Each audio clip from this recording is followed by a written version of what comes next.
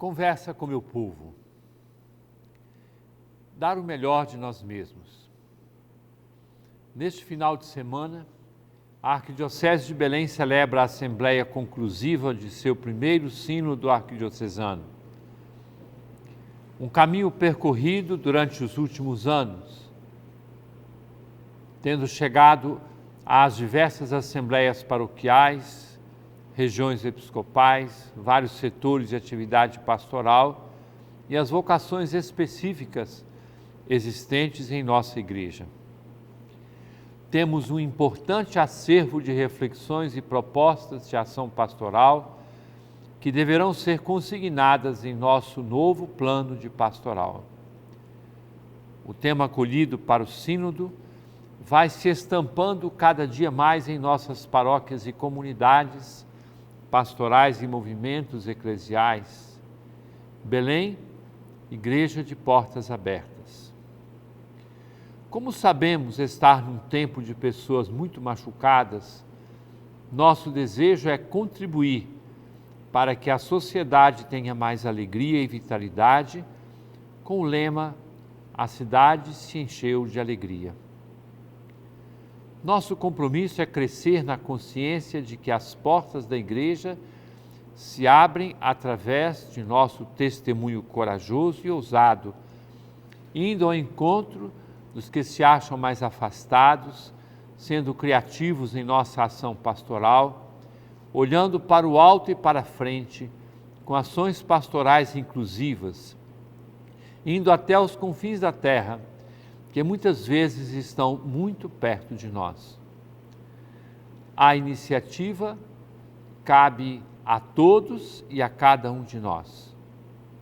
Somos chamados a dar o primeiro passo numa sadia competição, acolhendo a proposta do apóstolo São Paulo: o amor seja verdadeiro, detestai o mal, apegai-vos ao bem. Que o amor fraterno vos una uns aos outros com terna afeição, rivalizando-vos em atenções recíprocas. Sede fervorosos e diligentes, zelosos no espírito, servindo sempre ao Senhor, alegres na esperança, fortes na tribulação, perseverantes na oração. Olhemos o horizonte que se abre para a Igreja nos próximos anos. Em 2023 acontecerá o Sínodo em Roma, convocado pelo Papa Francisco com o tema Comunhão, Participação e Missão, para refletir e tomar decisões em vista de uma estrutura mais sinodal da própria Igreja. E Sínodo quer dizer caminhar juntos. Nossa Arquidiocese já enviou à Comissão do Sínodo sua contribuição, sabendo que o mundo inteiro foi para isso convocado. Mais perto de nós, o Brasil celebrará o terceiro ano vocacional de 20 de novembro do corrente ano até o dia 26 de novembro de 2023, com o tema Vocação, Graça e Missão. E o lema: Corações ardentes, pés a caminho. Olhando para a frente, foi convocado pelo Papa o Jubileu, um ano santo para 2025. Assim se expressou o Papa Francisco. O próximo Jubileu poderá favorecer imensamente a recomposição de um clima de esperança e confiança, como sinal de um renovado renascimento do qual todos sentimos a urgência. Por isso escolhi o lema Peregrinos da Esperança. Entretanto, isso será possível se formos capazes de recuperar o sentido de fraternidade universal, se não fecharmos os olhos diante do drama da pobreza crescente que impede milhões de homens, mulheres, jovens e crianças de viverem de maneira digna de seres humanos. O programa do Ano Santo prevê o ano que vem com uma redescoberta do Concílio Vaticano II. No ano de 2024, seremos convidados a um tempo intenso de oração, refletindo sobre o Pai Nosso. E o ano de 2025 vai encontrar-nos como peregrinos da esperança. Como vemos, o Papa não perde tempo e nos faz olhar para o alto e caminhar para a frente. E nós queremos acolher todas estas propostas inspiradas e inspiradoras com grande alegria. Para viver neste final de semana a Assembleia Conclusiva de nosso Sínodo Arquidiocesano, estamos encaminhando um percurso pastoral positivamente provocante, que será aprofundado pelos irmãos e irmãs escolhidos para este evento, cerca de 400 pessoas reunidas como em cenáculo, com o apoio e as orações de todas as nossas paróquias e comunidades. Terminadas as assembleias específicas previstas dentro da caminhada sinodal, realizadas em maio e junho de 2022, os relatórios foram entregues à Coordenação Arquidiocesana de Pastoral, que, juntamente com a Comissão de Preparação para o Sínodo, reagrupou as propostas convergentes, eliminou as repetições, reordenou tudo em nova síntese inspiradora para que a caminhada da Arquidiocese de Belém possa ser realizada. Lendo as conclusões das assembleias específicas, veio uma inspiração do texto de Mateus 28, versículos 16 a 20, que contém o mandato missionário dado por Jesus a seus discípulos. Diz o Evangelho: os discípulos voltaram a Galiléia, à montanha que Jesus lhes tinha indicado. Quando o viram, prostraram-se, mas alguns tiveram dúvidas. Jesus se aproximou deles e disse: foi-me dada toda a autoridade no céu e na terra, e depois fazei discípulos entre todas as nações, e batizai-as em nome do Pai, do Filho e do Espírito Santo. Ensinai-lhes a observar tudo o que vos tenho ordenado. Eis que eu estou convosco todos os dias, até o fim dos tempos. Nesta significativa passagem do Evangelho, estão indicadas as tarefas primordiais da Igreja, isto é, as razões pelas quais Jesus Cristo, fundador da Igreja, a pensou. Ide, ensinai, batizai, ensinai a observar o que vos tenho ordenado. Verbos que resumem os mundos específicos da Igreja de Cristo e motivam a sua ação pastoral. À luz da Evangelii Gaudium do Papa Francisco, à luz do Sínodo Pan-Amazônico, à luz da primeira Assembleia Eclesial Latino-Americana e Caribenha, à luz da mensagem ao povo de Deus por ocasião dos 50 anos do documento de Santarém, à luz de todo o caminho de preparação nas assembleias sinodais, nas paróquias, regiões episcopais e organismos pastorais, fica evidenciado, como já presente no título desse sínodo, Belém, Igreja de Portas Abertas, que a evangelização, a missionaridade, deverá ser a grande mística e a chave da vida da Igreja de Belém.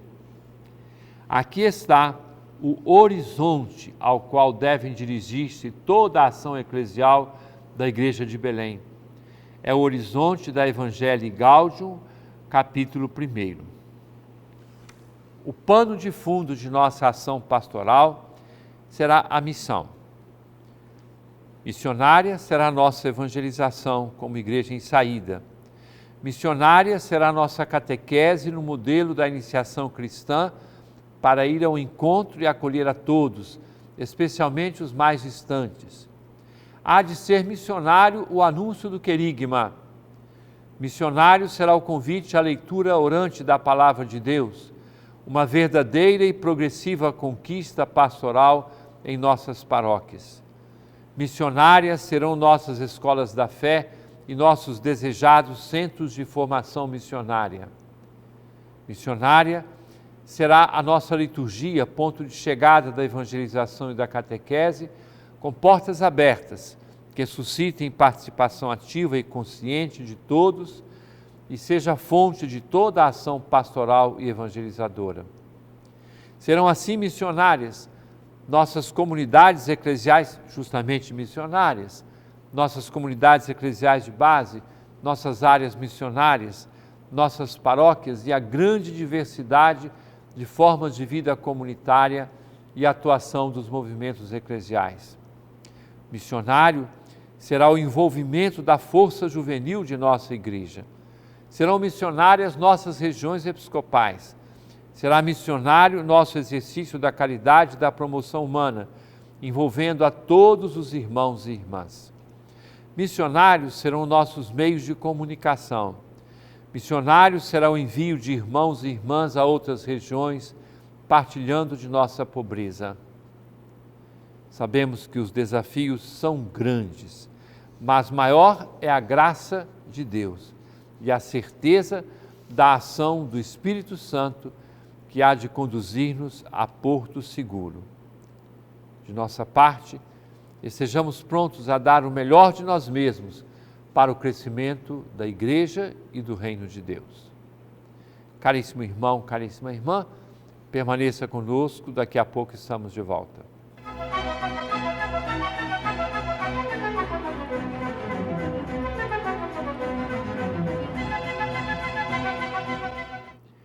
Conversa com meu povo.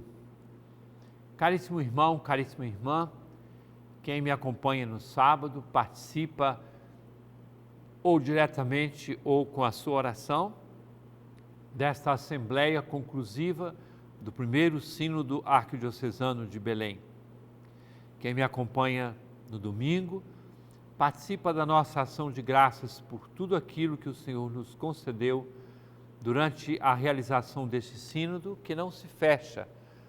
O Papa gosta de dizer que sínodo é um processo, é um jeito de ser igreja e, portanto, nós continuamos nessa perspectiva sinodal, participativa, de comunhão e de missão. E agora vamos às perguntas que as pessoas nos enviaram. Uma pergunta sem identificação diz assim: quando um cônjuge morre e são divorciados no civil, para a igreja o outro cônjuge fica viúvo? Veja só, a resposta à pessoa que pergunta. Nós sabemos que na igreja não existe divórcio.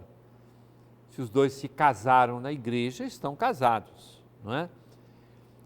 Mas essa história de viúvo, você vai pensar numa qualificação civil, você vai dizer lá, solteiro, casado, divorciado, separado, sei lá, como a legislação civil utiliza.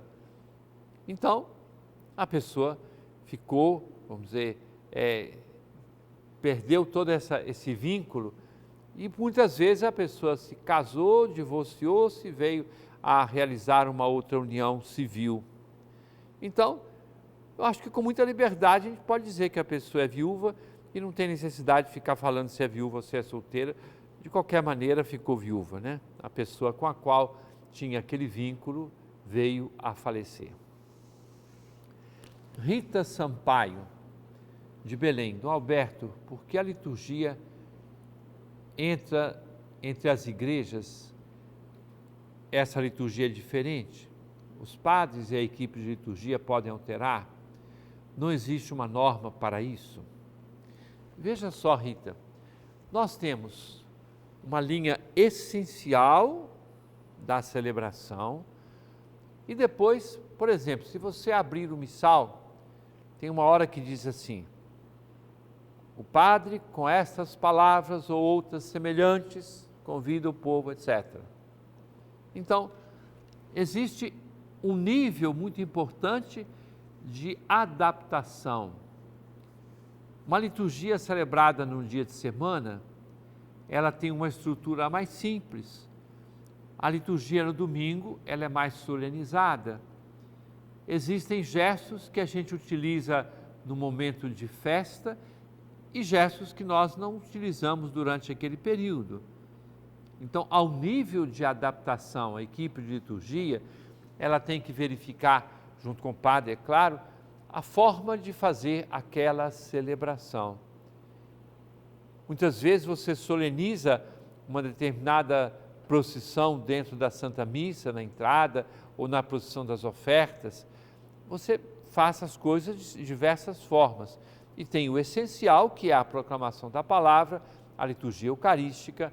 Então, há realidades que não vêm a ser mudadas, mas outras que podem ser tranquilamente mudadas, transformadas, segundo as necessidades e segundo as dimensões da própria Assembleia.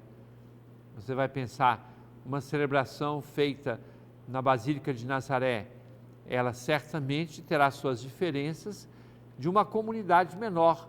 Não quer dizer que seja diferente a Eucaristia, mas a acentuação dos gestos, as estruturas. Então, isso é diferente. Você liga a televisão e assiste uma transmissão de uma missa no Vaticano, uma missa com o Papa Francisco. É claro que ali existe toda uma solenidade.